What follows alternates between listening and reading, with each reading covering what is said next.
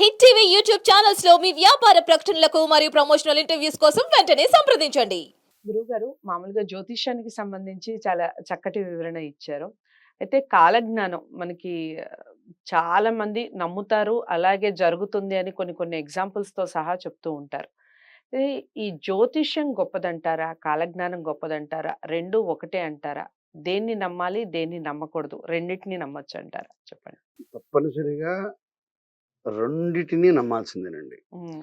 కాలజ్ఞానము అంటే అది ఒక శాస్త్రం కాదు. హ్మ్. తపోశక్తి వల్ల లభించినటువంటి ఒక సిక్స్త్ సెన్స్ అని చెప్పొచ్చు మనం. రైట్. Sixth sense. హ్మ్. అంటే అంటే ఆహ్, సిక్స్త్ సెన్స్ అనేవి జరగచ్చు, జరగకపోవచ్చు కదండీ! అయితే అదే అంటున్నా. హ్మ్. తపోశక్తి వల్ల లభించినటువంటి సిక్స్త్ సెన్స్. హ్మ్. హ్మ్. మాలాంటి వాళ్ళో, మీలాంటి వాళ్ళో, మనలాంటి వాళ్ళో ఆహ్, మన తపశ్శక్తి ఉండదు. మన హ్మ్. భక్తి శక్తి ఉంటుంది. మనం హ్మ్. నిత్యం చేసుకునే పూజో లేకపోతే భగవంతుడిని నమ్ముతాం, దండం రైట్. పెట్టుకుంటాం. హ్మ్. దానికే మనకు 1% సిక్స్త్ సెన్స్ ఉంటుంది. ఏమో హ్మ్. ఇలా జరుగుతుందేమోనని. అవును. తపోశక్తి హ్మ్. అంటే వాళ్ళు తపస్సు చేశారు. హ్మ్. భగవంతుడిని వాళ్ళ యొక్క సొంత కోరికల కోసమో, లేకుంటే ఏదో ఆశతోనో వాళ్ళు హ్మ్. ఆరాధించిన వ్యక్తులు కాదు వాళ్ళు. హ్మ్. భగవంతునికి మనకి భగవంతుడు ఈ శరీరాన్ని ఇచ్చిందే భగవంతునికి సమర్పించడానికి అని చెప్పి ప్రగాఢంగా నమ్మినటువంటి వ్యక్తులు. హ్మ్. వాళ్ళ సొంత ఉద్యోగాలు, వ్యాపకాలు హ్మ్. ఏముండవు. సాధారణ మానవుడికి వాళ్ళకి చాలా తేడా ఉంటుంది. రైట్. వాళ్ళు పరిపూర్ణంగా వారి యొక్క ఆత్మని హ్మ్. పరమాత్మతో సంధానం చేసి, హ్మ్. ఆ యొక్క శక్తి ద్వారా లభించినటువంటి తపోశక్తి అంటారు దాన్ని. హ్మ్. తపోశక్తి వల్ల చెప్పొచ్చు. అంటే హ్మ్. ఇలా జరగవచ్చు అని చెప్తూ ఉంటాం. అంటే బ్రహ్మం గారు చెప్పిందంతా అలాగే చెప్పుంటారు. 100కి 100 రూపాయలు చెప్పారు. ఓకే. ఎందుకు అంటే బ్రహ్మంగారు చెప్పినంత కూడా జరుగుతోంది. నేను ఎవరికీ వ్యతిరేకిని కాదు. అలా అని ఎవరికీ కూడా నేను సపోర్టర్‌ని కాదు. హ్మ్. హ్మ్. ఆయన ఒక యోగి అండి. హ్మ్. యోగి అంటే తపస్సు ద్వారా కొంత యోగాన్ని పొందిన వ్యక్తి. హ్మ్. తపస్సు ద్వారా. ఈ రోజున ఒక ఐసీయూలో ఒక పేషెంట్ ఉంటే డాక్టర్ గారొస్తే, డాక్టర్ గారు ఇంకా మంచి ట్రీట్మెంట్ చేయండి. ఇంకో 4 బతకాలని కోరుకుంటాడు ఎవడైనా. హ్మ్. ఆయన జీవ సమాధి అయిపోయారు. హ్మ్. నేనొచ్చిన పని అయిపోయింది. కంప్లీట్ చేశాను. ఇంకా నాకు ఈ భూమితో పని లేదు అని. హ్మ్. సజీవ సమాధి అయ్యారు.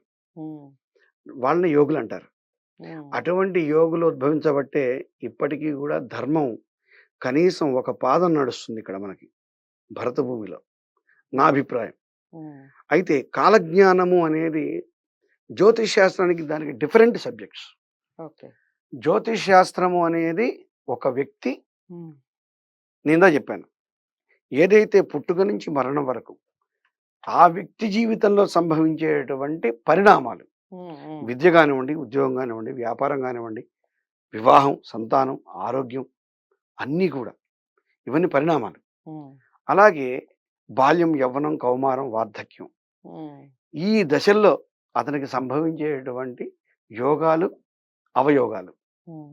అలాగే ఆశ్రమ ధర్మాలు. హ్మ్. అంటే బ్రహ్మచర్యం గానివ్వండి, ఎప్పటి వరకు బ్రహ్మచర్యం ఉంటాడు. హ్మ్. ఎప్పుడు గృహస్థాశ్రమ ధర్మాన్ని స్వీకరిస్తాడు. పాటిస్తారు. హ్మ్. ఎప్పుడు వానప్రస్థానికెళ్తాడు. హ్మ్. అసలు సన్యాసాశ్రమం స్వీకరించగలుగుతాడా లేదా? అంటే బాల్య, యవ్వన, కౌమార, వార్ధక ఈ దశల్లో బ్రహ్మచర్య, గృహస్థాశ్రమ ధర్మాల్లో హ్మ్. ఇతను ఆచరించినటువంటి మానవ ధర్మాలేవైతే ఉన్నాయో, హ్మ్. వాటి ఆధారంగా వానప్రస్థంలో యోగాన్ని పొంది సన్యాసం స్వీకరించాలి. రైట్. నేను సన్యాసం తీసుకుంటా అంటే తీసుకోలేను. హ్మ్. హ్మ్. సన్యాసం అంటే కాషాయ వస్త్రాలు కాదు. రైట్. అంతరాత్మ తీసుకోవాలి సన్యాసం. నేను కాదు. హ్మ్. హ్మ్. బహిర్ముఖంగా ఉన్నటువంటి బట్టలు తెల్ల బట్టలు ఇప్పేసి కాషాయ వస్త్రాలు వేసుకుంటే సన్యాసిని కాదు. సన్యాసి అయిపోయారు. అలాంటి వాళ్ళు చాలా మంది తిరుగుతున్నారు మార్కెట్‌లో. అవును. వాళ్ళు సన్యాసులు కాదు. హ్మ్. సన్యాసం ఎవరు తీసుకోవాలి అంటే, నీ ఆత్మ పరమాత్మతో సంధానమైనటువంటి వాళ్ళు తీసుకోవాలి సన్యాసం. హ్మ్. అప్పుడు నువ్వు పరిపూర్ణమైనటువంటి సన్యాసివి. హ్మ్. సో, హ్మ్. ఈ సన్యాసాశ్రమ యోగాన్ని పొందటానికంటే కూడా గొప్ప యోగం అనేది మీరు చెప్పినటువంటి కాలజ్ఞానం. కాలజ్ఞానంలో ఉంటుంది. జాతకము అనేది సన్యాసం వరకే. అంటే బాల్యం, యవ్వనం, అన్నీ నడుస్తాయి. పుడతాడు, పెరుగుతాడు, పెళ్ళవుతుంది, పిల్లలు పుడతారు అంతా అయిపోతుంది. అలాగే పుట్టిన తర్వాత గృహస్థాశ్రమ ధర్మం అంటే పెళ్లి చేసుకుంటాడు, ఉమ్, భార్యాభర్తలు సుఖజీవనం చేస్తారు, నలుగురు సంతానం పిల్లలు కలుగుతారు, ఓ ఇల్లు కొనుక్కుంటాడు, ఒక కారు కొనుక్కుంటాడు. ఇది అయిపోయింది. వృద్ధాప్యం వచ్చేసింది, పిల్లలు పెరుగుతారు. ఉమ్, వీడు చేసుకున్నటువంటి కర్మ బాగుంటేనేమో వాళ్ళు చూసుకుంటారు, లేకపోతే వెళ్ళగొడతారు ఇంట్లోంచి. అవును. ఇది ఇది మానవుని యొక్క జీవితం. దీన్ని జ్యోతిష్యం అంటారు. ఓకే. జాతకం అంటే ఇది. ఉమ్, ఈ అన్ని దశలు దాటి శుభయోగాన్ని పొంది సన్యాసాశ్రమ దీక్ష ద్వారా సంపాదించినటువంటి యోగం ఏదైతే ఉందో అది కాలజ్ఞానం. కాలజ్ఞానం. సో అంత దానికన్నా మించిందనే చెప్పొచ్చు. 100%. ఎందుకంటే సన్యాసాశ్రమ దీక్షలో కూడా ఉమ్, ధర్మ పరిరక్షణ కోసం వాళ్ళు చేయగలుగుతారు తప్ప ఉమ్, ముందు ఏం జరుగుతుందో చెప్పలేరండి. ఉమ్, ఉమ్, రాబోయే కాలంలో ఇవాళ ఒక చిన్న ఉదాహరణ అసందర్భమైనప్పటికీ చెప్పాలి. చెప్పండి. ప్లాస్టిక్ వినియోగిస్తున్నాం. అవును. నిన్న మనకి కేరళలో పర్వతాలన్నీ కొట్టుకుపోయాయి. ఉమ్, ప్రతి ఒక్కళ్ళు దేనికి కొట్టుకుపోయి దేనికి కొట్టుకుపోయి దేనికి కొట్టుకుపోయి అని అడుగుతున్నారు. ఉమ్, ఒక జ్యోతిష్య పండితుడిగా కొంతమంది చెట్లు నరకడం వల్ల కొట్టుకుపోయాయి, ఉమ్, కొంతమంది ఏమో ఇంకో కారణం చెప్తున్నారు, ఉమ్, కొంతమంది ప్రకృతి వైపరీత్యం అంటున్నారు. ఉమ్, నేనేమన్నానంటే పంచభూతాలకు సంబంధించి తప్పనిసరిగా మార్పులు సంభవిస్తూనే ఉంటాయి. రైట్. నీరు పల్లమెరుగు, నిజము దేవుడెరుగు. దేవుడు ఎరుగు సామెత ఉంది. అవును. నువ్వు పల్లంలో ఇల్లు కట్టుకుంటే ఉమ్, కొండపోత వర్షం 500 మిల్లీమీటర్ల వర్షం ఉమ్, కొండ మీద కురిస్తే, కిందకే కదా వస్తుంది. ఏ కొండైనా సిమెంట్ కట్టడం కాదు కదండి, అది మట్టితో పెట్టి కట్టింది. మట్టి కొట్టుకుపోదా? ఉమ్, ఎప్పుడైతే మట్టి కొట్టుకుపోయిందో, రాయి చుట్టూ ఉన్న మట్టి ఎప్పుడైతే కదిలిపోయిందో రాయి కదలదా? కదులుతుంది. దీన్ని ప్రకృతి సంభవించినటువంటి విపత్తు మాత్రమే.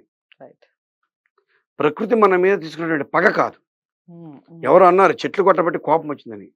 ఎందుకు వస్తుంది? ప్రకృతికి ఏమైనా నీకు పర్సనల్ ఏమైనా గొడవలు ఉన్నాయా? 10th క్లాస్ ఇద్దరు ఫ్రెండ్సా, రూమ్మేట్స్, బ్యాచ్మేట్స్, బెంచ్మేట్స్ కాదు కదా కొట్టుకోవడానికి. నీ మీద ఎందుకు చూపిస్తుంది ప్రకృతి? ఆ, ప్రకృతిని మీద చూపించదు. ఉమ్, ప్రకృతిలో వచ్చేటువంటి మార్పులకి ఉమ్, అనుగుణంగా నువ్వు తీసుకున్నటువంటి నీ స్వయంకృత అపరాధ నిర్ణయాలు ఏవైతే ఉన్నాయో వాటిలో నువ్వు కొట్టుకుపోక తప్పదు. రైట్. ఒక ఆయన అలల దగ్గర స్నానం చేస్తానని సముద్రం దగ్గర కూర్చున్నట్టు.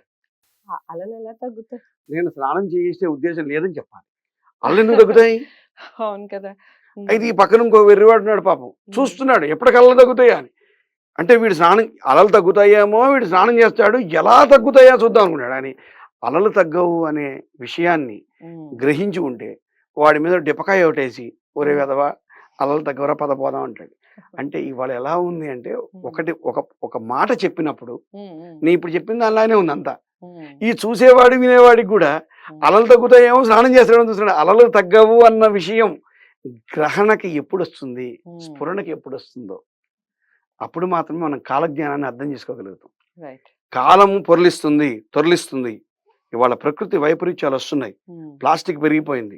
రానున్న రోజుల్లో చాలా అనర్థాలు వస్తాయి. ఉమ్, మనం వాటిని ఏం చేయలేము, ఉమ్, వాటిని మానవుడు ఏం చేయలేడు. ఉమ్, సో కాలజ్ఞానం అనే దాన్ని తప్పనిసరిగా మనం నమ్మాలి. అలాగే ఎవరి పర్సనల్ జాతకంలో ఉమ్, వారి యొక్క అభివృద్ధికి కావలసినటువంటి విషయాలను తెలుసుకొని ఉమ్, అన్ని 4 గ్రహాలు బాగాలేదండి అంటాడు ఒక పండితుడు. ఏమవుతుంది 4 బాగాలేకపోతే 5 బాగున్నాయిగా? ఉమ్, 9కి 9 బాగాలేదనుకోండి, అప్పుడు కొంచెం భయపడాలి. ఉమ్, ఏమిటో 9 బాగాలేదు, నాకేమైనా అయిపోతుందేమో అని. 5 బాగున్నాయంటే 4టిని మాఫీ చేయొచ్చు. ఉమ్, భయపడద్దు, అదే. తెలుసుకోవాలి.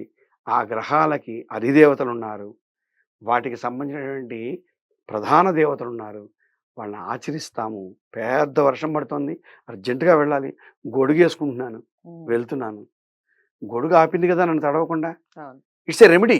ఉమ్, ఉమ్, ఎన్నో పరిష్కారాలు ఉన్నాయి. అవును. బాగా చలేస్తోంది, నేను మంచి స్వెటర్ వేసుకుంటున్నాను. ఉమ్, బాగా వేడిగా ఉంది, ఏసీ వేసుకుంటున్నాను. ఉమ్, అంటే ప్రతి చర్యకు ప్రతిచర్య ఒకటి ఉంది. ఉమ్, ఉమ్, అలాగే జ్యోతిష్ శాస్త్రానికి కూడా మనకు కొన్ని ప్రతిచర్యలు ఉన్నాయి.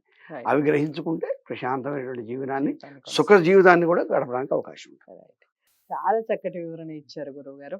అదండి విషయం. మీకు జ్యోతిష్యానికి సంబంధించి, కాలజ్ఞానానికి సంబంధించి ఇప్పటి వరకు ఏమన్నా డౌట్స్ ఉంటే ఇక ఈ వీడియోతో ఆ డౌట్స్ అన్నీ క్లారిఫై అయిపోయాయని అనుకుంటున్నాను. ఇంకా మీకేమైనా డౌట్స్ అనిపిస్తే లేదా కాలజ్ఞానానికి సంబంధించి కానీ, జ్యోతిష్యానికి ముఖ్యంగా మీకేమైనా డౌట్స్ ఉంటే కామెంట్ బాక్స్‌లో తెలియచేయండి. గురువుగారిని కలవాలి అనుకుంటే స్క్రీన్ మీద కనపడే నెంబర్‌కి కాల్ చేయండి. గురువుగారి అపాయింట్‌మెంట్ లభిస్తుంది. ఖచ్చితంగా మీకు ఎలాంటి సందేహాలున్నా నివృత్తి లభిస్తుంది. వీడియోని లైక్ చేసి షేర్ చేయండి. ఛానల్‌ని సబ్స్క్రైబ్ చేసుకోండి. మరో మంచి వీడియోతో మళ్ళీ మీ ముందుకొస్తాను. నమస్తే.